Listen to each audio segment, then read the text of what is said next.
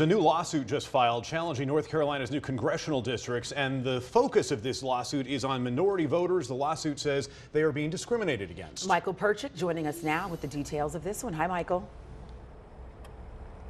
Steve, Lauren, this lawsuit comes on the first day of candidate filing in North Carolina, in which several representatives have already publicly announced their plans. Now, these newly drawn districts passed during the most recent legislative session in the General Assembly, in which political analysts believe Republicans will now have an advantage in 10 or 11 of the state's 14 congressional districts. That is a marked shift from the current 7-7 split.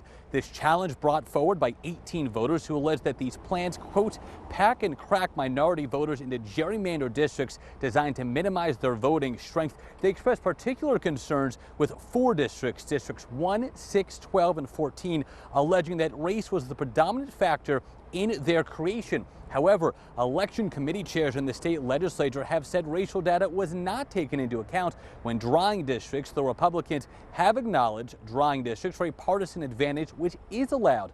GOP officials previously have expressed confidence that these maps will ultimately be upheld in the courts. And there was a separate lawsuit filed just last month by voters, which focused on the state Senate map, timing a key point of focus here, how long it could take for this legal process to play out.